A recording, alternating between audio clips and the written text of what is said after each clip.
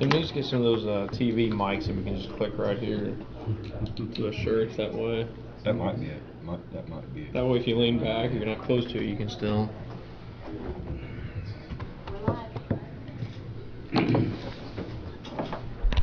Call this meeting order. I'll stand facing the flag for the pledge. I pledge allegiance to the flag of the United States of America and to the republic for which it stands, one nation, under God, indivisible, with liberty and justice for all. Thank you. You may be seated. Roll call. Britton Luther. Present. R.J. Dove. Here. Tim Yoakum, I am here. Approval of minutes. I'll make a motion to approve the minutes. Second the motion to approve minutes. Discussion. All in favor? Aye. Aye. Approval of claims. Motion to approve claims. Second the motion. Discussion. All in favor? Aye. Aye. Aye. Approval of payroll. Motion to approve payroll. Second the motion. Discussion. All in favor? Aye. Aye. Aye. Public comment. Public comment. Anybody? Before we move on. Okay, if not, Gracie York, you're next. Gracie York is our clerk. Hello. Pull up Michael a little bit, it might help you. I think it's on. If anyone can't hear us, please raise your hand or point to one of us and we'll move the mic closer so you can hear. I have been looking at getting a collections agency for our unclaimed or our unpaid fines and fees. I ran a report in our case management system and it looks like there's $1.6 million of unpaid fines, fees. One of the agencies that I liked it's called Eagles Account. They would just take it all for us and they would pursue all of that. We would still get the amount that we're owed and they would add their own percentage onto that. So I just wanted to bring that up to you because I know you guys have to approve all of those contracts and I can get copies to you. But Can you explain a little bit what that is, these fees, where are they from and how long have you been there and things like that? Some of them are dating back to I think like 98. They've been sitting there for a really long time. It's just like related court costs, if they pled on a criminal case, all of the fines and stuff that are associated with that just haven't been paid. I was working with probation and the judge on it to kind of get that in place. We're all in agreement from my understanding on doing it because it would add a little bit for the judge. She would have to inform them that it would go to collections if it wasn't paid in a certain time. So it'll all go back to, the funds would go where at? it would go to where it was owed. So their percentage, I think, is 30% that they tack on to what they already owe. So the agency is getting paid to go after those fines, but we wouldn't lose any money on it. We would actually be getting all the money that we're owed. How do they legally tack on 30% to a fine or a fee? I don't really know their side of it because many other counties in Indiana and the clerk's office, they actually do this. We're one of the very few, to my knowledge, that actually don't have collections. Odyssey has actually, one of the clerks, I think she was Sullivan County, has even created a cheat sheet for all the people that choose to use Eagle accounts that are now on Odyssey to help us. But the judge and the prosecutor has spoken favorable of this. I have not spoken to Bruce about it yet, but Judge, she doesn't seem to have a problem with it, so I just wanted to bring it to you guys to kind of get a bug in your ear about it. But I can get you the contract so you can see that. Yeah, I don't see any issues with it. I think if maybe we can have a contract, maybe we could look at it and maybe act on it by next meeting if we can get it to us soon. That would be perfect. I just You have wanted a to. contract? Yep. Okay. They gave me a sample contract of ones that they use with all the clerk's offices. And you said you checked with other counties and they're doing the same process? Yeah. I know Fountain County uses a collection agency as well. How do people know, after, especially if they date back into the 90s, that they owe anything? I have to check the statutes on that because we can only go back so many years to pursue those. But as far as going forward, it will be just letting them know in court that they have, say they have probation for 12 months, they have 12 months to pay those fines, or it gets sent over to a collection agency. So they stonewall. Do we sue them over it, go to court? What is supposed to happen in there? The collection agency will then, if they don't pay it, they take that over. We don't have any part of that. Seems like there's to me a missing link there, that If they decide not to pursue it, then they just take the easy things and then they let the other ones just drop. The statute of limitations, I assume must be a limitation. There is. I know Eagle Accounts is very persistent on what they choose to pursue when they take over these accounts. They like to make sure that everybody's getting their money, especially getting their 30% of it. Sure. So. I guess the other thing is some collection agencies, their methods are not very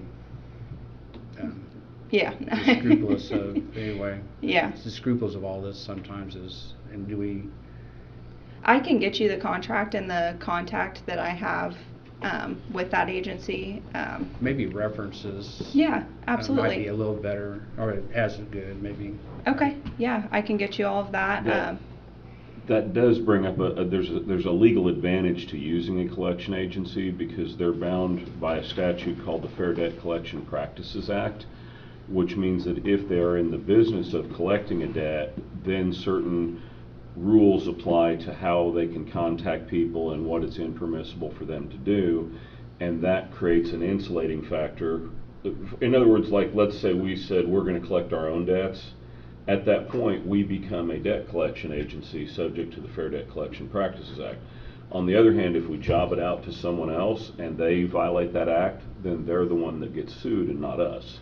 So there is an insulating factor that I just want to make sure you're aware of, that there's an advantage to using a collection agency. Sorry. Sure. No, I appreciate it. I can get you the contract, the contact that I have there, and references. It is a family-owned business, which I really appreciate, but I think that they'll do a good job. One of the clerks, I can't remember what county she's from, she actually worked for this collection agency before becoming a clerk. Now, sure are we that these accounts are owed, and haven't been paid, or that they're misrepresented? We're solid on our bookwork? Yes. Okay. Yes. Or accounting, I guess. Yeah, absolutely. Okay. Thank So you. I will get all of that to you. All right, thank Thank you.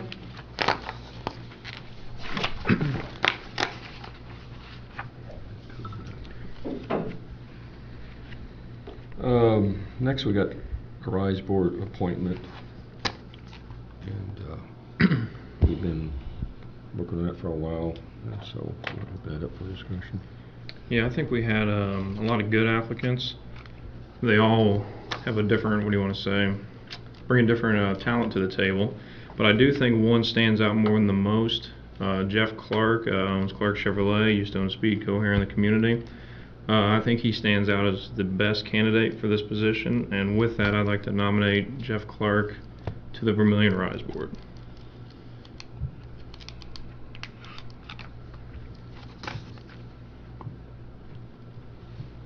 There was other candidates also involved in this, and I think this, like RJ said, there was several that are very good candidates, and I had no problem with any of them. I think that Jeff, help me with my name, Jeff Mahalik was the one that we originally considered, and I believe that at the present time I would like to make a nomination for him. At the present time, nothing to say nothing about Mr. Clark. I think this ongoing process that we will continually look at of that board and continue to reevaluate. There will be changes on, but I'll make a recommendation for Jeff Mahalik, and that's where I'm standing on that. I'm gonna throw a third one in there. They're all good. Every one's Yeah, good. I don't know that can go wrong with any one of the And three that I I want to see considered Jeff on anyway. it, Clark on it too. One thing to consider here, though, is that at some future date, and I don't know if it's going to be a month or a year or multi-year, also want to develop a economic development group, which is either a for-profit or non-profit, going forward on some of these projects, of which the county would have a limited participation in, of which some of these individuals that we're talking about or that are on our They're all good. list would possibly fill that role much better than they would sit on the RISE, and that'd be probably somewhat a conflict to sit on the RISE board and to sit on this economic development board. Again, it doesn't exist, may never exist, but I'm hoping that we would have that board eventually here from the private sector, basically the private side of things. And I think I already talked to one individual and mentioned this to him. Again, there may never come about, but if it would, they would much prefer to sit on something like that and on the RISE board. There's some limitations, well, a lot of limitations on the RISE board, where the private groups, either nonprofit or for-profit, exist. With that said, I think I'm probably in favor of Jeff McCulloch for the RISE board, and I definitely want to consider, well, we'll have to wait and see if we ever get an economic development board, but I have some other ideas for some of these other individuals. The county far greater in a broader sense, in a very focused sense for that matter. So I think I'm more in favor of Jeff at this point for a RISE board position anyway. I think it's important to know that it's an ongoing process. and Jeff has been in this process for quite a while. And like I said, I think all of them are exceptional people. And it's not, when you make decisions, not saying the one is better than the other one. It's just right now, that's the one we're looking at. And I definitely want to keep them other ones on hand. And I think it's wonderful that they have considered that. And I expect to use them as soon as we can in a different position, you know. That's what I feel about it. I guess, do we need to take a vote, or there's we not a unanimous agreement necessarily here on this? In some manner, the three of you must determine what your decision is. Voting is probably the most common way to do that, but there's got to be some statement of what you're doing. Okay. We both made nominations, and we had a second or approval by written for Jeff Mahalik, and so we'll bring it up for a vote. Jeff Mahalik approval for the RISE board. Aye. Aye. Nays? Aye. Encourage everybody to continue to apply. Like I said, they're all good candidates. I think we'll all agree with it, and I think really all ought to be in agreement when we make an appointment like this to respect others, but we'll move on. Okay.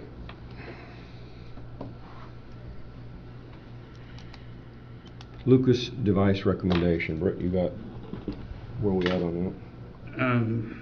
You might want to explain what it is first. Yeah,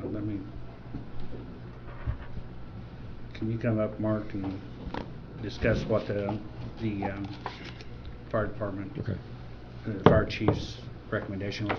First of all, the Lucas device is a mechanical device that basically performs CPR in a very defined pattern, and it's available where actually one person can perform CPR for an extended period of time and change out batteries and continue to do that. And so the advantage of this is when there's a lack of even if you have manpower, it becomes a mechanical device that performs CPR uninterrupted in a proper manner. So the chances of recovery, once you get actually walking out of a hospital or out of a facility, appears to have increased. So that was the advantage of the Lucas device. We asked I don't know if it was I guess one last meeting before that, We had a meeting with the fire chiefs and different other individuals, including the jail, and there was I think 100% recommend or a positive take on this. We would be asking anybody who had the Lucas device, one of the conditions were that they provide the training that's required for it, and then also maintain the device over the period of time for at least 5 years or until it's replaced or no longer functional. And the fire chief's recommendation, can you speak to that, Mark? We had a fire chiefs meeting, I can't think of the date now, it was last Tuesday of June, that chiefs got together and decided on the devices what they were looking for. There's 7 fire departments in the county. The Helt Township Fire Department operates out of 3 different buildings. Each building has local people live near it, and that's where they get their resources. So the recommendation of the fire chiefs for the fire departments was to buy 8 Lucas devices. 1 at each would be Perrysville, Cayuga, Newport, 1 in Dana for Helt Fire Department, and 1 in St. Bernice for Helt Fire Department, 1 in Fairview, Clinton, and Black Diamond. And then they wanted to buy 2 extras, 1 for the south end, 1 for the north end for the ambulances. The idea being someone's actively doing CPR, the ambulance can actually swap out the heads of the device. The way this device works is that there's a strap that goes under the back, and then this U-shaped device clamps onto that. And it would allow with a small break in doing CPR, the ambulance could put their device on the patient and continue CPR, and the fire department would take theirs back. So that would get us to 10. By getting to 10, we get another price break. I don't know that we actually know what that break is yet, but the salesman had said if that was the next level to look at.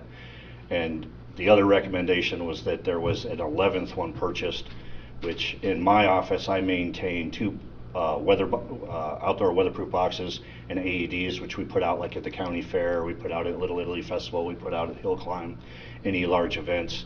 That we also purchased one that would go out in those areas during the special events. Talking to Commissioner Luther, he doesn't want to have that out in the public. He wants to have trained people using them only. That's your opinion, what you want to have, but the 11 devices is what was a recommendation from the fire chiefs. What was it, about $22,000 a piece? 16 or 17, I think. I think it's 22 with the training. It's another $5,000 for the total for, it's $134,344 for 8 devices. I think it worked out right around $21,000 to $22,000 a piece, whatever that divides into. And then there's a break at 10, which I believe decreased it by, and I don't remember now either, as 5% or 105%. Yeah, I'm not in on the price, and I just looked at them online. It's like $100 or something to that effect. That's not 5%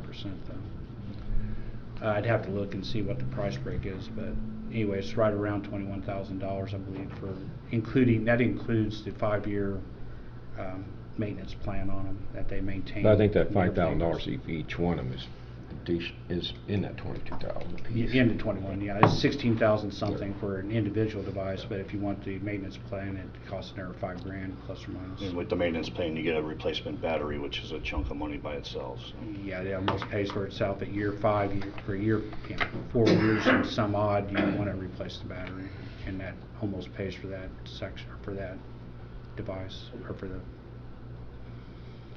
maintenance plan. It's my so did you rethink anything, are you sticking with that recommendation of the event being or the EMS having, your department having one as well? There would be some more things to it. We'd have to buy a container for it to be able to put it out in the weather. I'm not sure what that costs, haven't even looked into it. Again, this isn't Mark O'Hare saying, hey, I want this. This is what the fire chiefs, their group, voted on and agreed to that night. If you bought the 8 for the fire departments, that'd be better off than where we are. But if you buy the 2 for EMS so that they can swap out the heads, I think that's a good sound plan, and that gets us to 10 and gets us the other break. If you want to drop mine off of there, you're taking recommendations from us. That's it. Yeah, The decision is yours. This is their decision, or this is their recommendation. One of the reasons why I was questioning the event one is that typically at these events, if Mark's gonna be there, we already have probably an ambulance there, or I'm thinking of Little Italy and the hill climb. There's usually a presence. Or at the jail, or at the events like football, etc. But we have an ambulance there if it has one on there. If we have a fire department that's close by or there, that's a second device. And I don't know that having a special device already at one of these major events that we're probably going to already have 2 of them there is necessarily a good use of money at that point. So I still struggle with having that 3rd device available to go wherever. Yeah, And then $22,000, also I see that, that's a chunk of money, so. Did you mention the jail? Did you pull that in? That was, 2 of the people who were at the meeting was the 911 director and his assistant, and they thought that the jail would be a good place to put one also. I think you were gonna talk to the sheriff. I haven't talked to Sheriff Phelps about that. I know in the past, he said he didn't think that it was important to have one there, so again, this is just recommendations. It's up to you guys to make the decision. They did change their, I thought they didn't recommend one at the jail, or didn't think they needed one, but their recommendation is to have one at the jail as well, that they don't believe that because of the incarceration, because of people being there, and the potential of limited staff at times, they thought it would be worthwhile having one, so they voted in favor of getting one if the commissioners would see so fit. So that'd be back to the original number if you had to Be show it 11. back on Well, one year. there's That would end up being 12. 12 total for everything, including ambulances. I had not considered initially putting one on the ambulances, thinking that the device could go in, but that, again, that's a little bit of a, I guess, reiteration of, you'd have to have 2 heart attacks in the same arena, and one couldn't be on the way there either. So it's, It was 22 what a piece?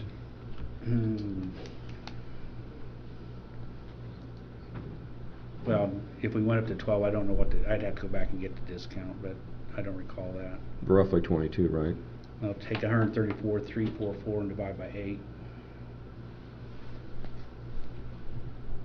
Unfortunately, I don't have it broke out by, oh, here it is. Yeah, I still have to add it all up. The initial Lucas device is $14,899. Desktop battery chargers, another $924. External power supply, $292. Lucas 3 battery dark gray rechargeable MiPro is $565. And disposable suction cups, which is a maintenance item, is 3 of those. Is $110. Those are disposable, $110.60. So whatever that adds up to be. Give me a minute. Probably $22,000. With the training, with the 5-year program.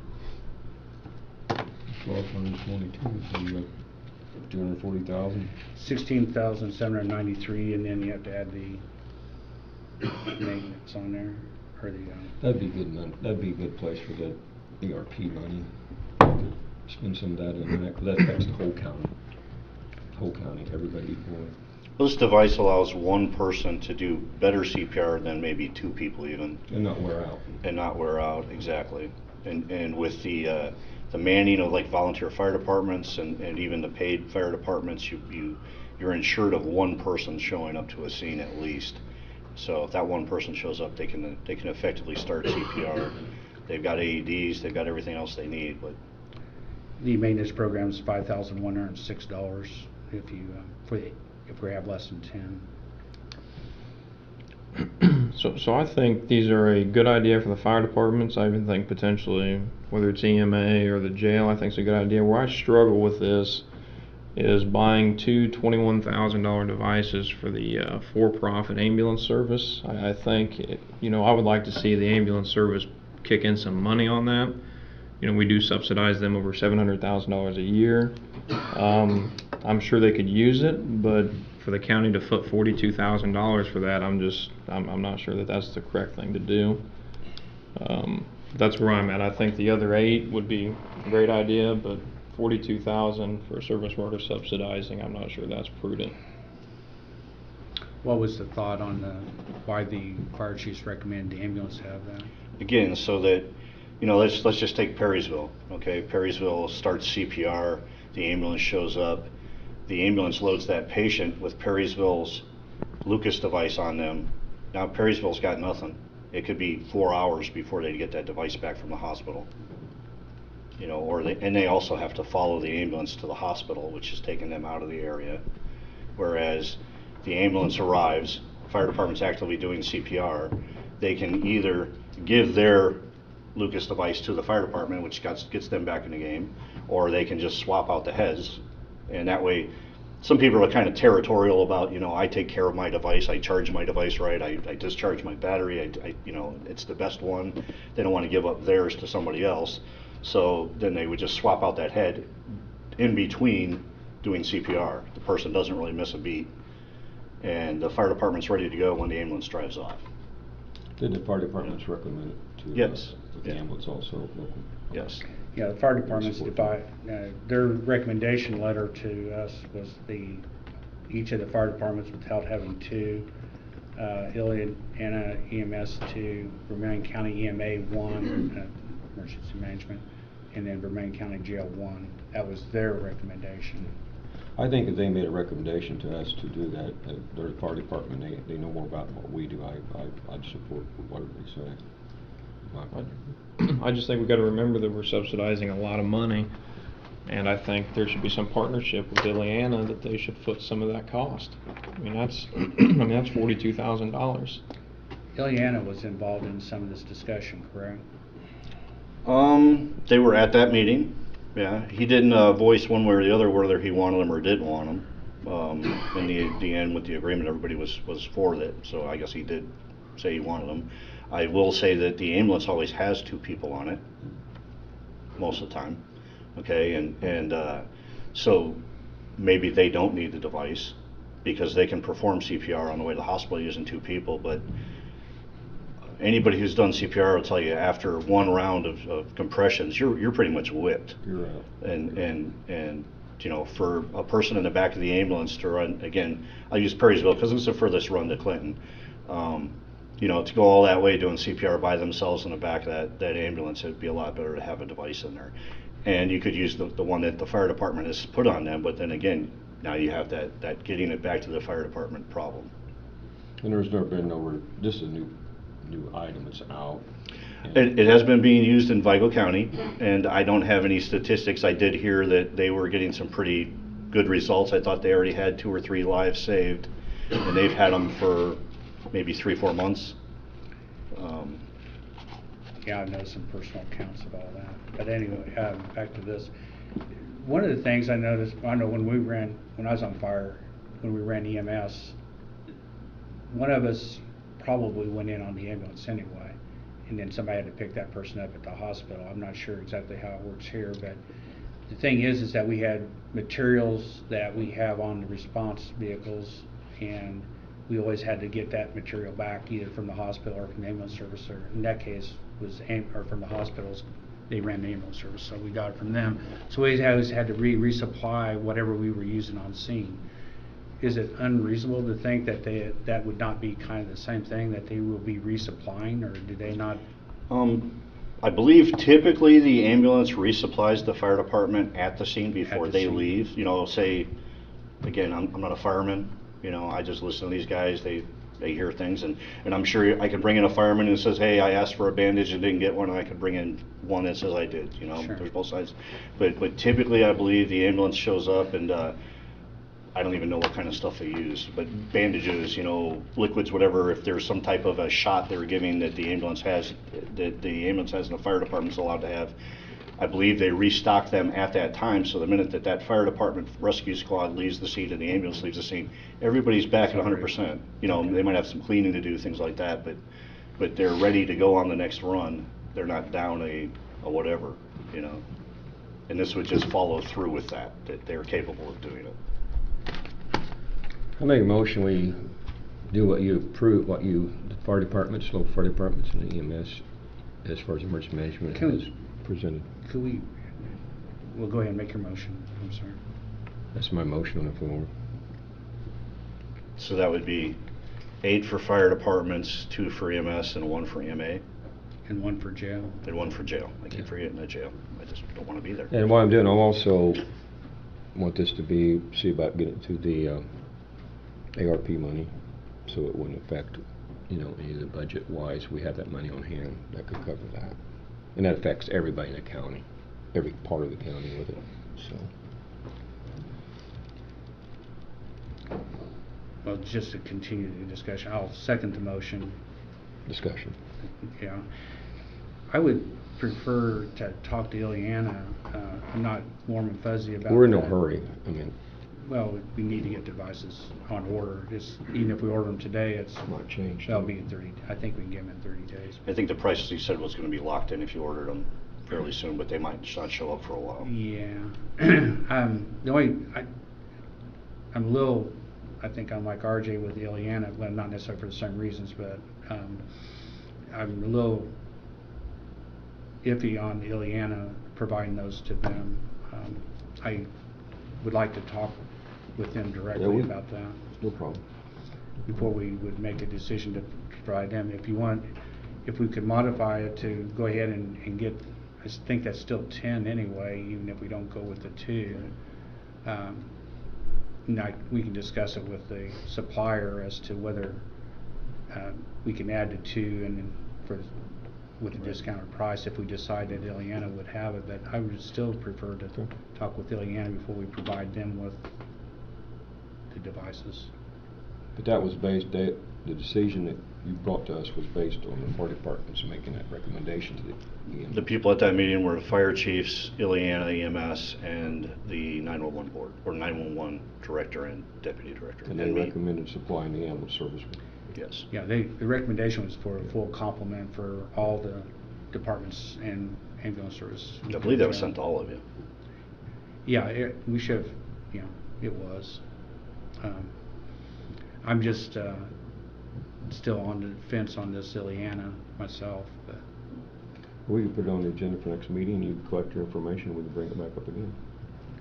And I'll talk to him to make sure that the prices don't change between now and then. If we do, then we may want to reconvene earlier than later. Because that's something else we might say, we're going to purchase at least X amount, we all 3 agree at X amount at least. Well, we have So- another step here. If this is going to be ARP monies, we don't make that decision alone.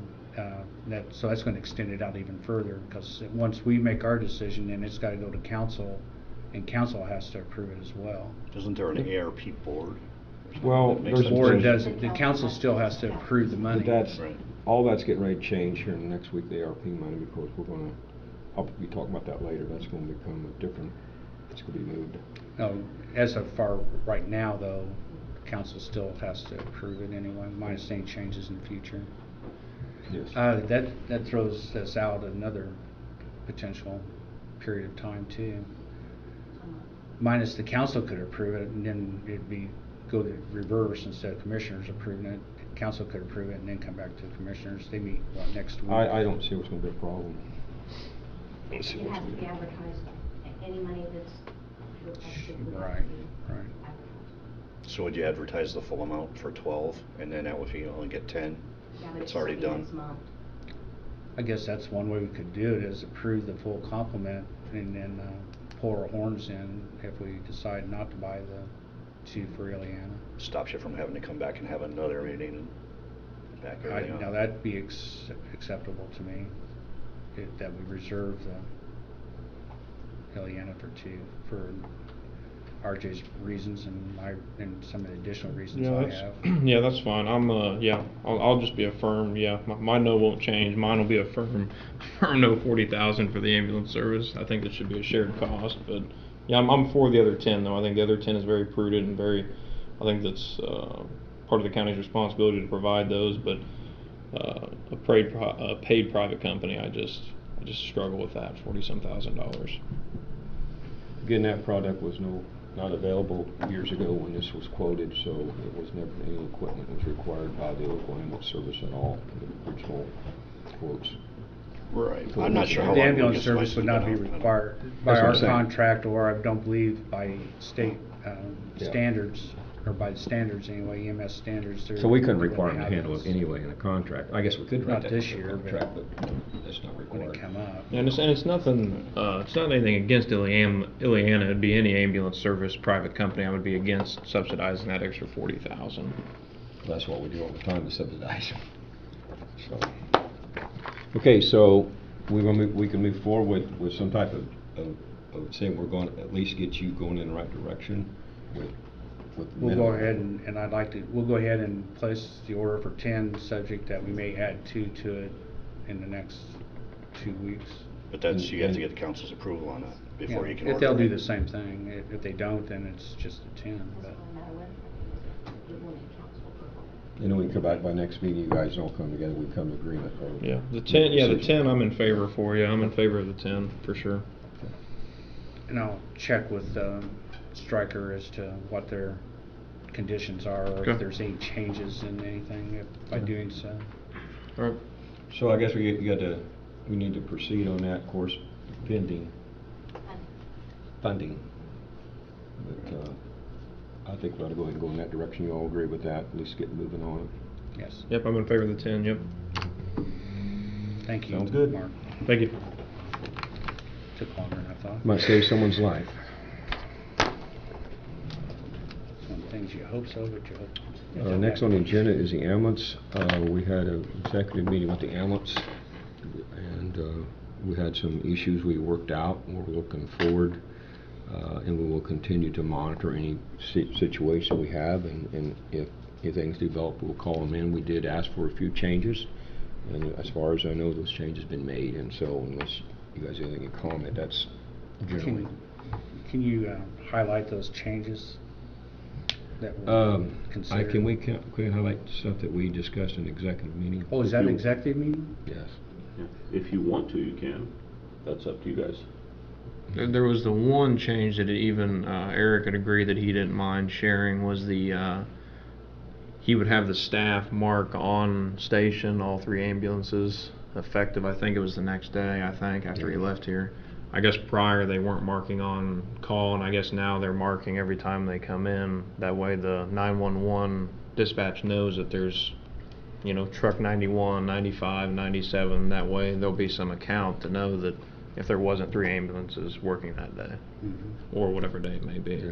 And I do know the other day they had 3 calls go out, I think within 10 minutes. So it was kind of That's a pretty common thing. Yeah, just- Then you hear a report 1.5 hours later.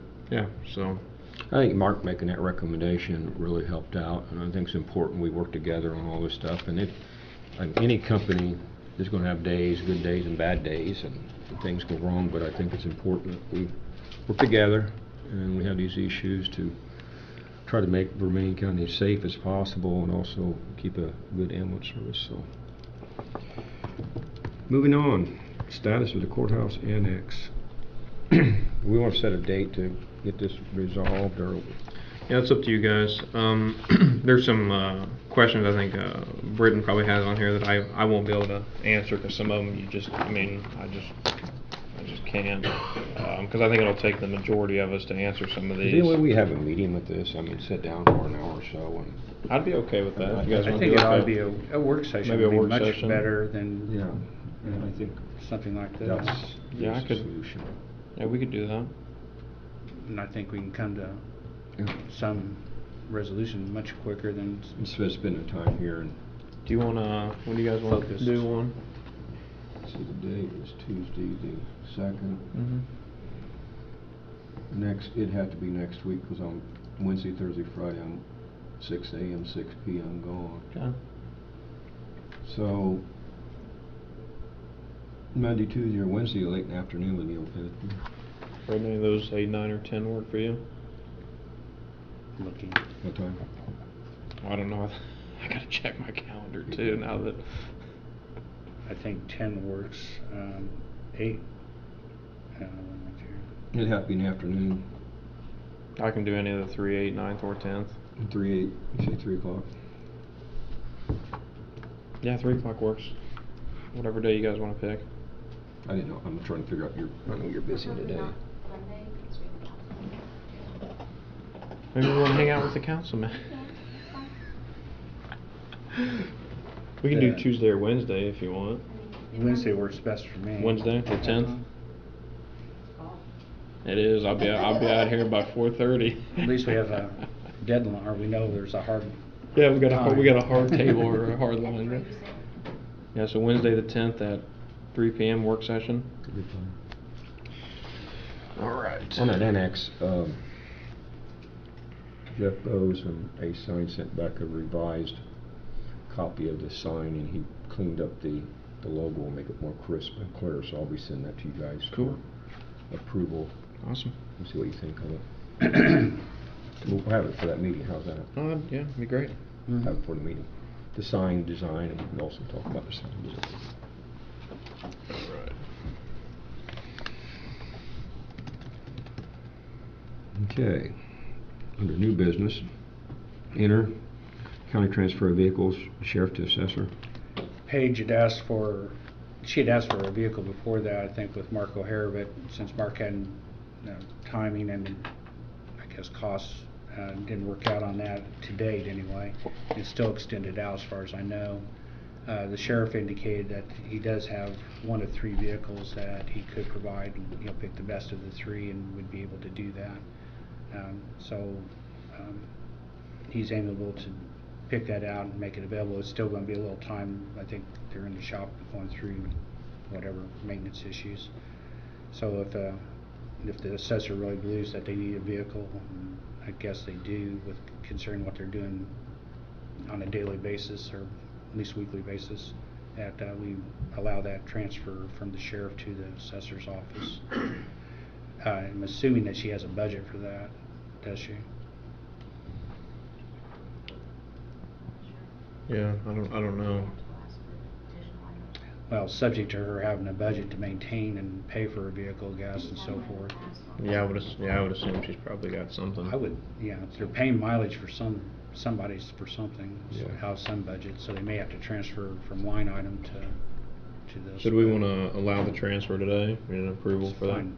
Subject to fund, that Okay. they have funding available for, Okay. to operate it, maintain it. It's fine with me. Are we all in agreement, or do we need to vote? I'm in agreement with it. Move on. Property cleanup, Blandford. John Moore, you have something today you want to present?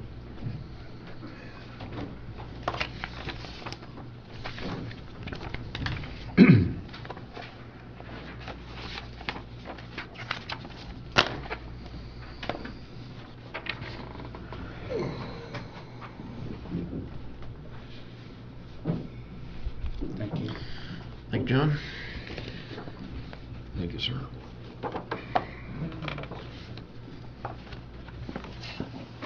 John Moore Redevelopment Commission. There are 3 files in those folders I just gave you. 2 of them are very important. The other one is we're going to talk about briefly. We recently took ownership of 2 properties in Blandford. One of them is listed address of 3058 Muir Street, which is a corner lot and that used to have a filling station on it years ago. The filling station has since been torn down. The pump island's still there.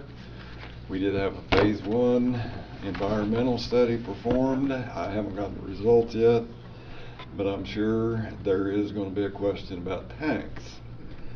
Problem being is the photo, if you'll notice it, that lot is so overgrown with vegetation and brush that you can't really get in there to look around.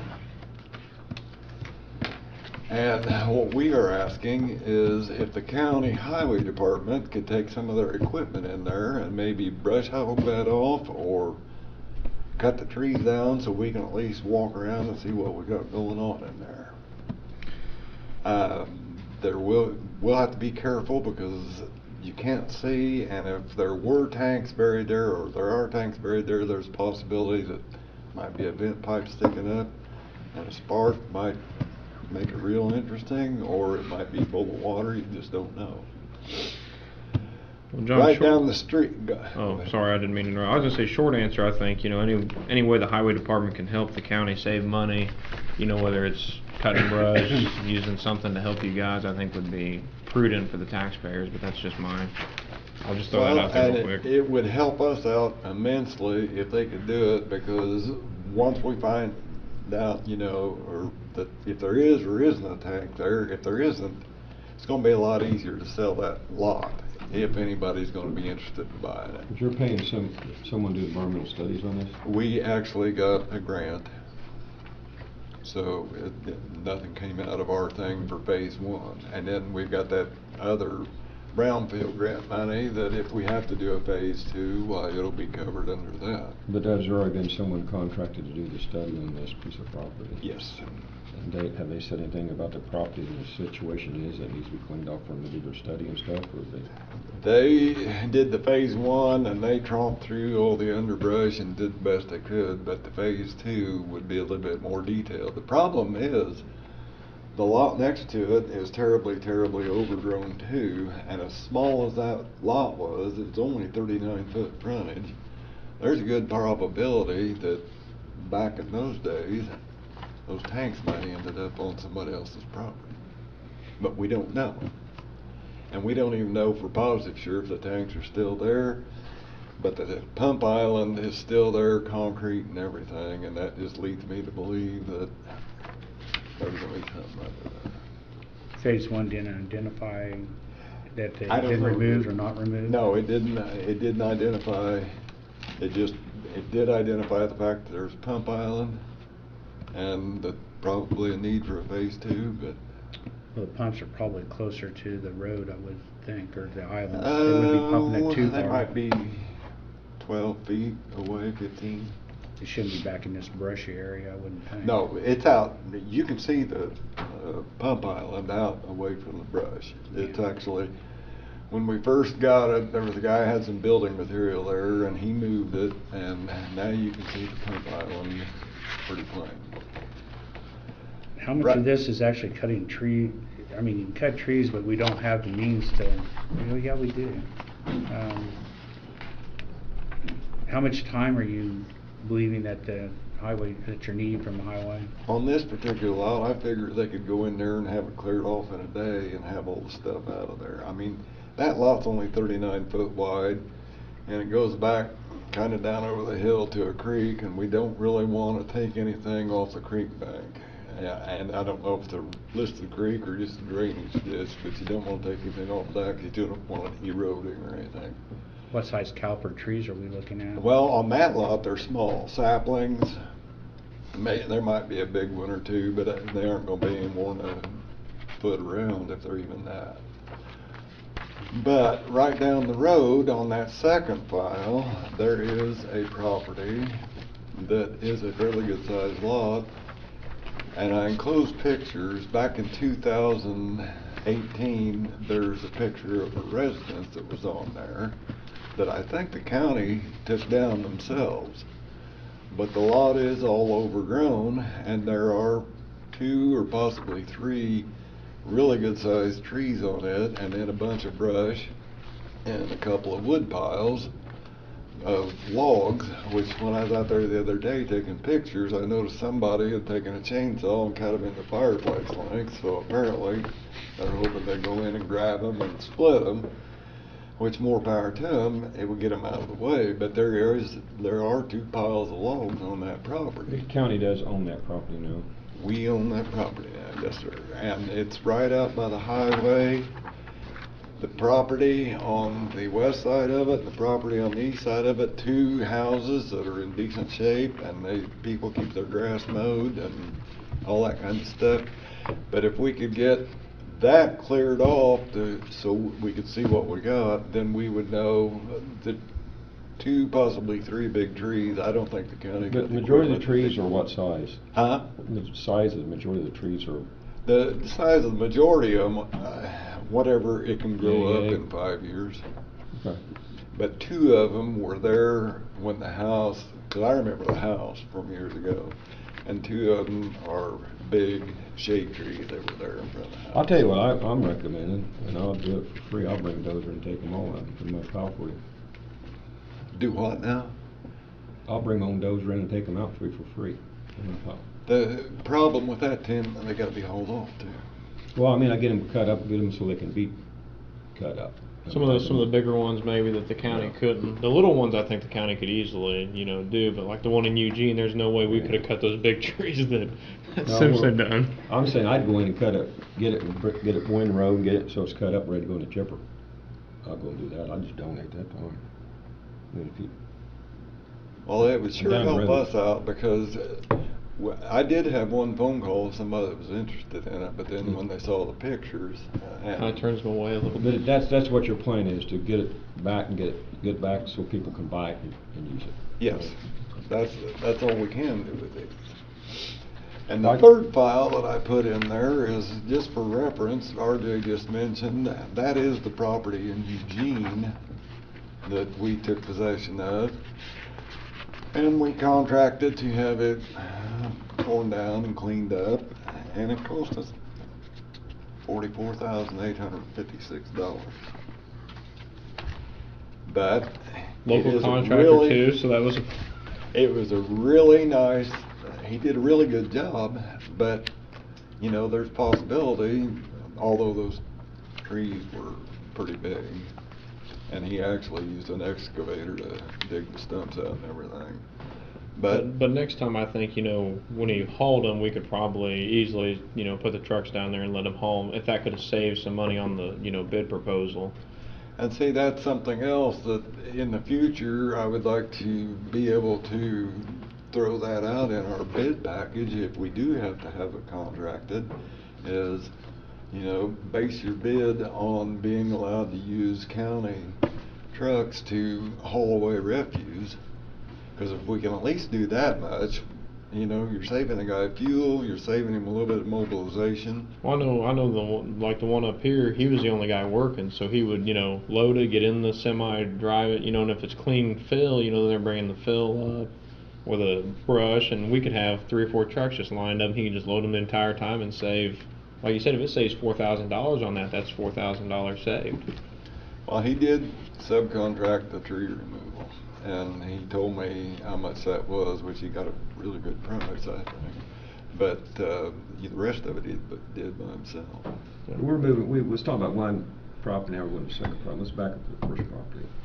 I'm offering to go ahead and take that brush out myself, free to donate to the county, have it cut up so it can be ground up by District 1 with the chipper. Is that possible? Would you in agreement with I that? believe that we can. I'll need to check with Mike about scheduling.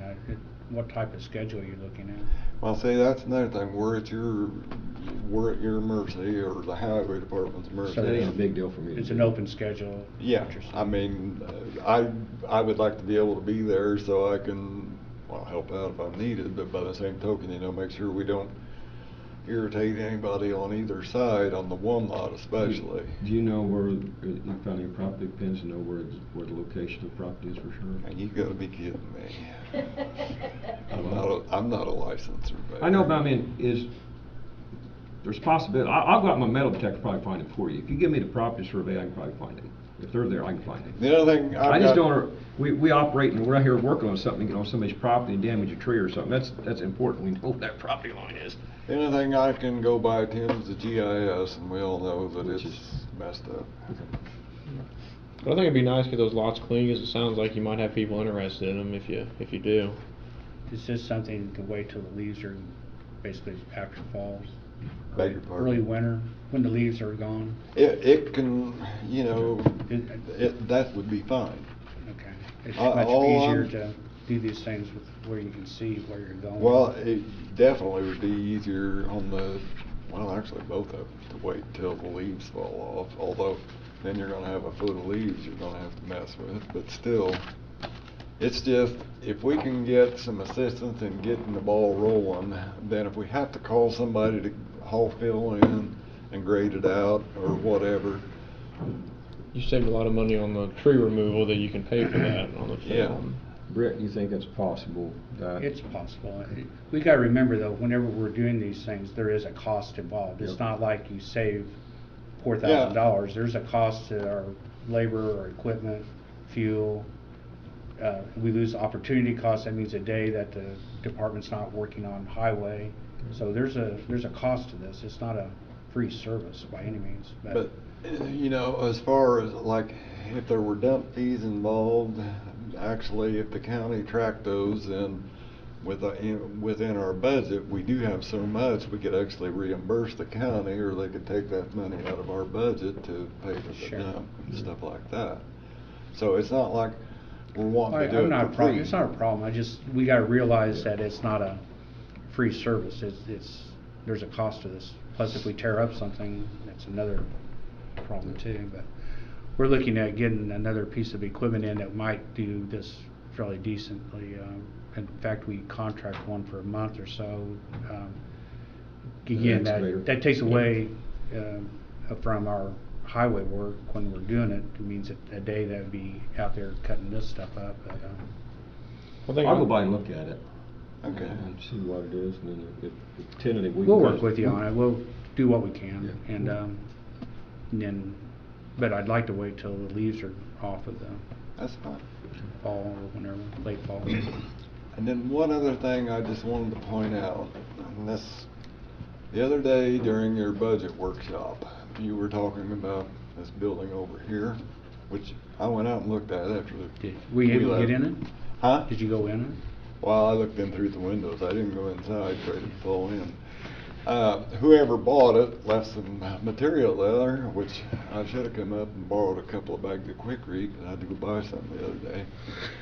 But what the issue is that I think that is stopping restoration from happening is, if you look in the assessment records, these people buy these at a tax sale, and like in this instance, this guy probably isn't a full-time contractor, but that's building still being assessed like it's perfectly usable and in great shape, when in fact you can't use it because there's a hole in the roof, a hole in the wall, windows are broke out, and the floor, part of the floor is missing. So if it was me and I was doing something like that, and I buy it at a tax sale, catch the back taxes up, and then they turn around and tax me like it's worth 25 grand when I know it's not even worth 5 grand because you can't use it, tends to make me think, well, what the heck am I doing? Yeah. Yeah, that's a good point. That's the assessor, not Yeah. us. Well, and I understand, That's but right. I don't want to I don't want to blame anybody, but that's something that needs to be, just like that one property in Blandford. They didn't change the assessed value on it until they took the house down, but yet it was growing up and the house was falling in, but then. I sympathize with you. I understand, but it's, again, I don't know why the assessor does it that way, but that's something to take up with Well, the that's because assessor. there's a subcontractor running around taking pictures and doing the legwork, and apparently he's not doing his job. I think Our people office is can, right down there. you know, people, unfortunately, when it gets to county, well, we don't pay the tax anyway, but the problem is, I think people have to go to the assessor and go through that process. I probably can get it decreased, but it takes, I don't know why we can't do that automatically, or why it's not caught as they go through. If you're quick enough to raise it, so. Yeah. I will say they will lower stuff, because I did have one lowered recently on a bad property that I bought, so it is possible. You can go through a process. Well, and they lowered mine on my personal residence when I protested it 2 or 3 years ago, whenever it was, but I it think was a lot of work. Yeah, and I think that's, I don't know, maybe, again, we'll have to talk to the assessor. That's kind of out of our willy way. Well, it's just a thought, because I agree with your statement you made that it would be a lot nicer if we could buy these buildings instead of tearing them down, you know, fix them up, and make them ready to go, but, you know, if that guy defaults on his taxes and it never sells, and we take it over right now, and I'm no engineer, but I did work construction most of my life. Right now, you're looking at over $50,000 to put it to where it would be usable. And that is, That might be and conservative. you look at what the cost of the buildings are around here and what Yeah.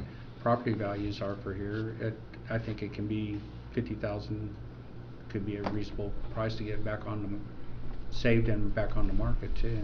But then you got a building right down If it's the street 50,000, that's that's empty. pretty good. I was thinking more, but that's great. Well, but. We'll hold you to that. You got the job. I'm scared of heights, so I can't do the high word. But I'm just. I understand what you're saying, yeah. Thanks, John. But, Thank you. Thank you. We did not talk I'll about the talk to the jump. assessor. I don't know if we, again, that's a different office, a different willy wag. It's, I like that word today, apparently. But, But wouldn't it be better for the county if when these tax sales do come up, that somebody private did buy them and actually took an interest in them and fixed them as opposed to wait until they fall down and then we have to clean them up? Yeah. and Agreed. sure, Agreed.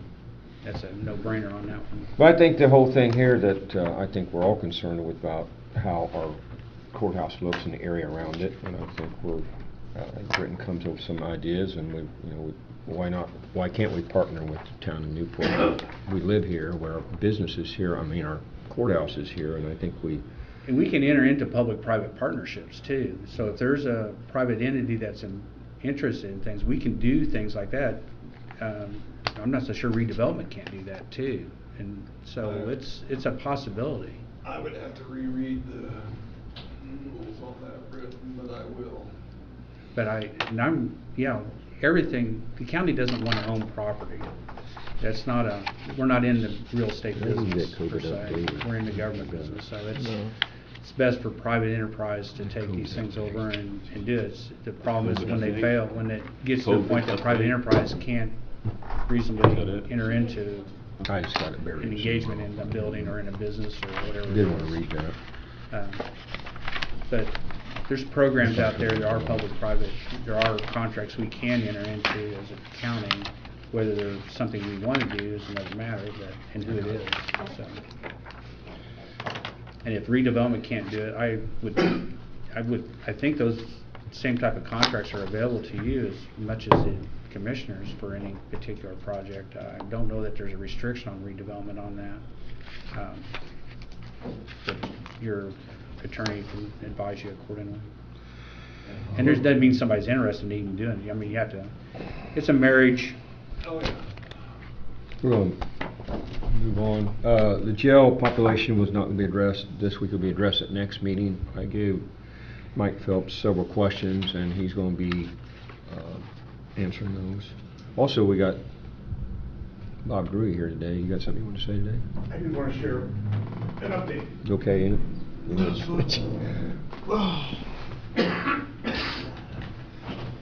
So Bob Drury, Vermillion Rise, working with Garmon, of course, on the Shell building. It's sold? No, sorry. That would be much more fanfare when I got here.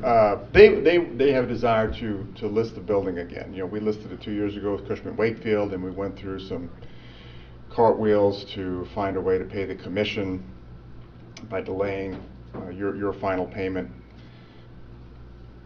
The new arrangement would be, they think, a combination of their current financial situation and possibly increasing the asking price. They can pay the commission themselves, so they'll not ask for assistance from RISE or county government in any way, shape, or form to pay the commission.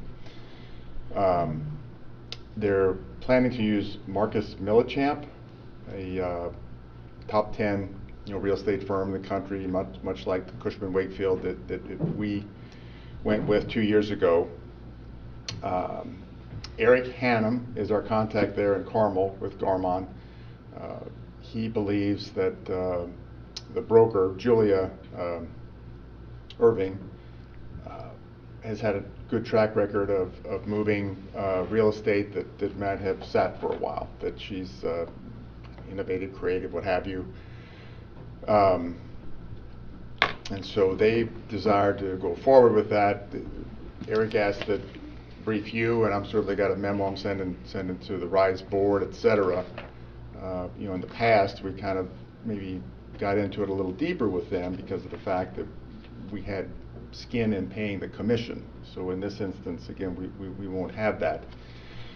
Another thing that Marcus Millichamp brings to the table is, while they're a conventional broker and looking for people that need space, need a building, they're also versed in engaging the investment community.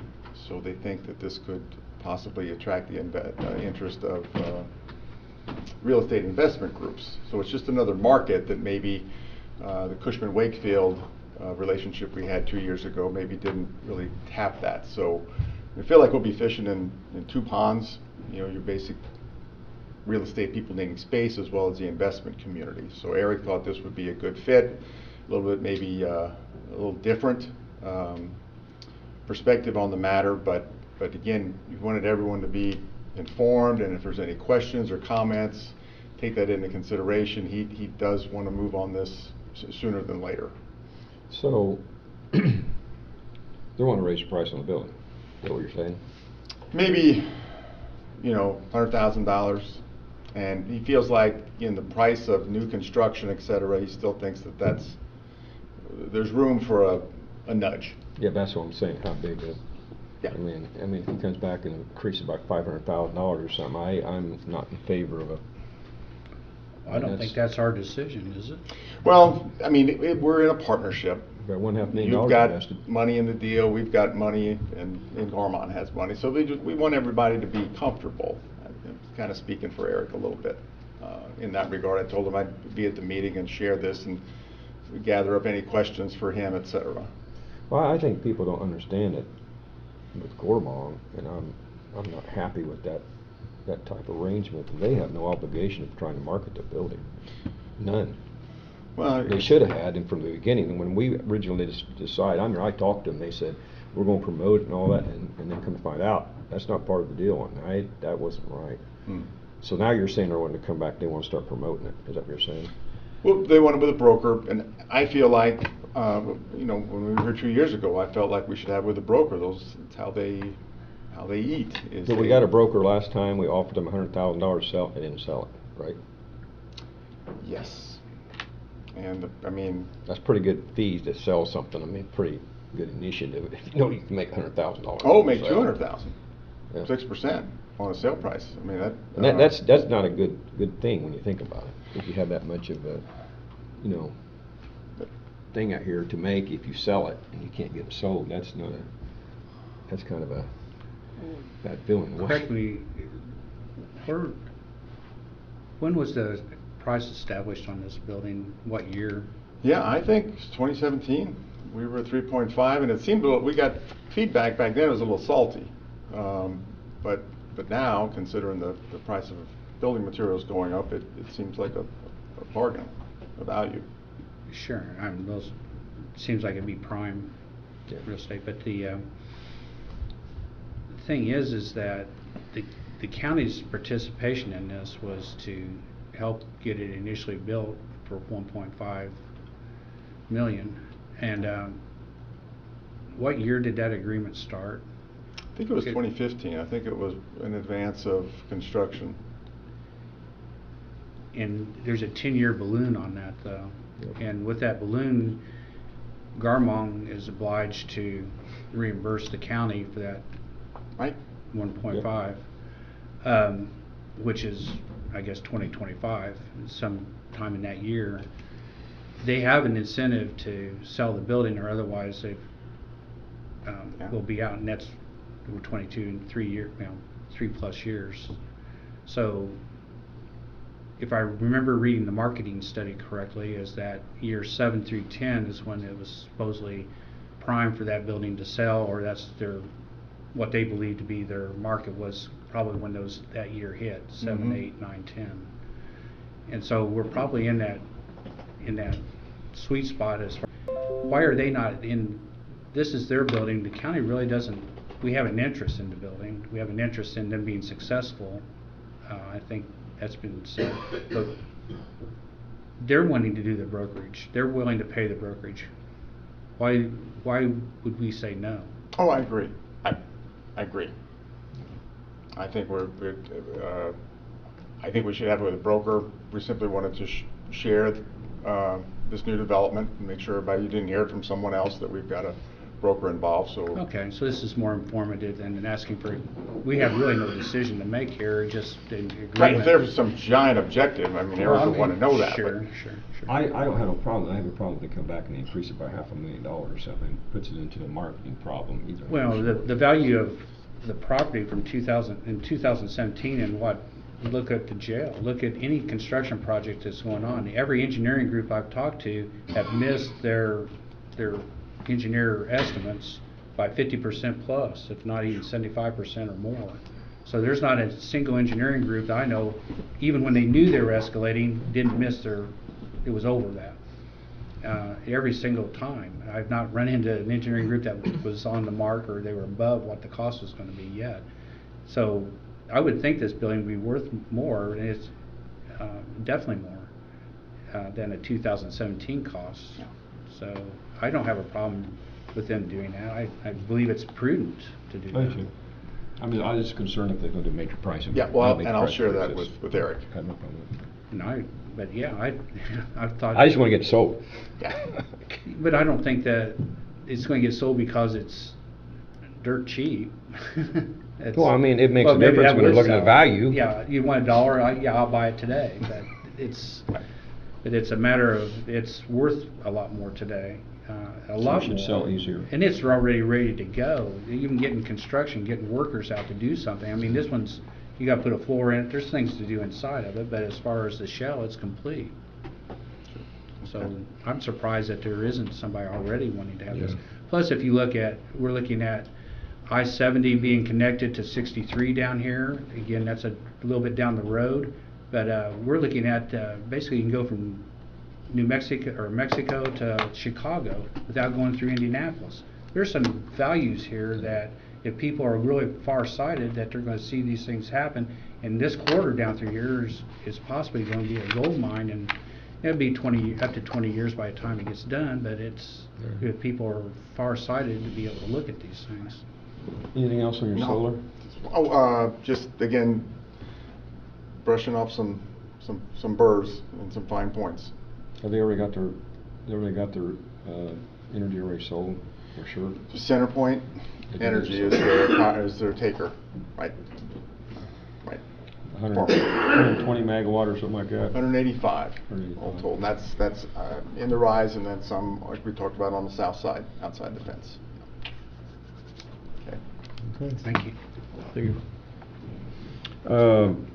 Florinda Pritt from the Treasurer's Office did report that this month of interest on our investment, we made $55,953 in interest this month on our accounts.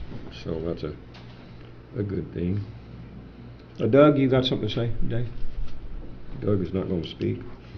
I'll get the Health Department update I asked for. The Health Department. Positive COVID-19 case for the last 3 months was followed. April total positive case was 8, May 66, June 95. Total positive cases of July 25th is 173. These numbers done at clinic tests that was done at home. Vermilion County has seen a steady rise in positive cases since April. Dr. Market recommends to wear a mask, but it's not required. Follows CDC guidelines as we could see more positive cases in the future.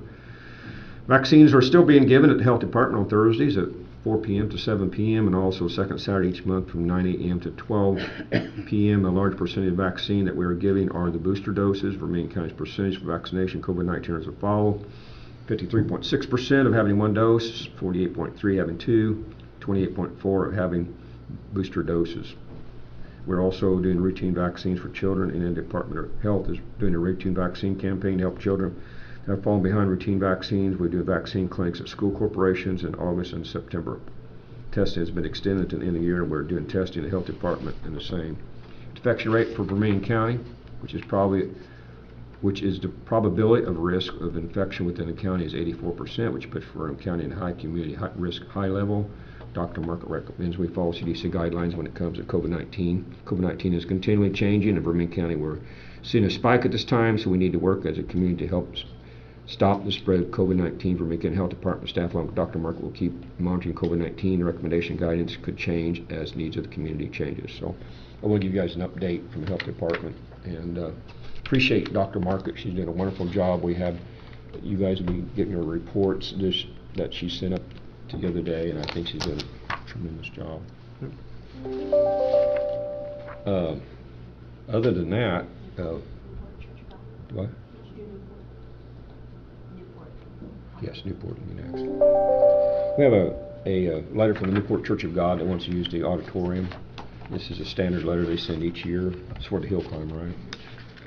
And you all just verbal, yes. I don't have any objections to it. Something that we've done standard, I don't have any objections to it. Speaking of that, we'll probably have something else come before us as the hill climb gets closer. I think the Cayuga Lions Club, I don't know how many groups use it, but I believe they were always allowed to sit on the bank property and sell stuff to raise money for whatever they do for the Lions Club. So I think we'll probably be seeing a letter from them in the coming weeks as well, asking for permission, or if they have to pay now.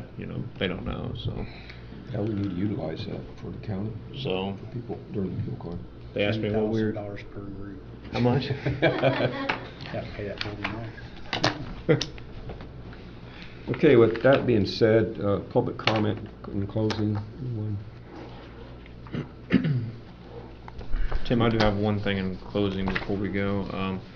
There was, I believe there to be some more possible county surplus equipment this year. I know at the highway department there's some things that are pretty much, I don't want to say can be junk, but could probably be sold. And if we do choose to have a sale again this year at Commissioners Conference, I would like to go from doing the sealed bids to using Gov Deals. They come out, take the pictures for you, and don't charge anything. They mark up a percentage, and people can buy them from all over. So I think it's a great idea. I buy stuff off of them all the time. Yeah, And it's if you go to Gov Deals, they have stuff from all the United States. And I bought backhoes and equipment from all the United States through them. It's a good way to really market, to make the money. yeah. Get So I might, if you guys are okay with it, I might send out another email and see if any county offices have any more surplus, and if we do, we might see about having it, because I don't think it costs us anything if we just list one item or 20 with them. Yeah. So, okay. I think we'll utilize it better. Oh, I think so, yeah. We might get more money, and we can put reserves on stuff Yeah. too if you want to, so. It's a good idea. All right, thank you.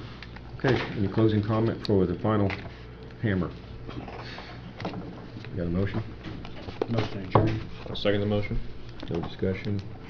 Adjourned. Thank you for coming. Shine, you got papers for me to sign?